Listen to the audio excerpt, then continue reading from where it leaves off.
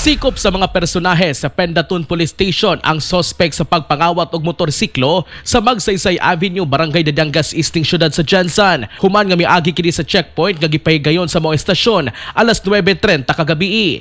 Giilang dinakpan nga si alias Roger, 34 anyos nga nanimuyo sa Sitio Gomilo, Tatalbatong, Barangay Malandag, Malungon, Sarangani Province. Human nga naaktuhan sa biktima nga gikawat ang iyang motorsiklo, hinungdan nga gilayong misumbong sa kapulisan. Sumala pa gikuha sa sospek ang motorsiklo nga dunay plate number nga 115MCY nga nakapark sa Magsaysay Avenue, Barangay Dadangas East, dool sa usa ka tulunghaan. Dayon ni sibat padulong sa Ate Street sa susamang barangay. Hinungdan nga gialarma sa kapulisan ang maong motorsiklo. Kun asa na atlan nga didto kini miagi sa checkpoint, hinungdan nga gilayong nasikop. Sa kasamtangan, ginaandam na sa kapulisan ang kasong pagsupak sa RA 10883 o New Anti-Carnapping Act of 2016 batok sa nasampit nga dinakpan.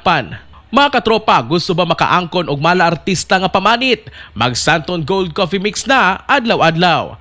Alang sila kay usab Pilipino para sa Pilipinas. Kini si katropang Philip Olegario, XFM News.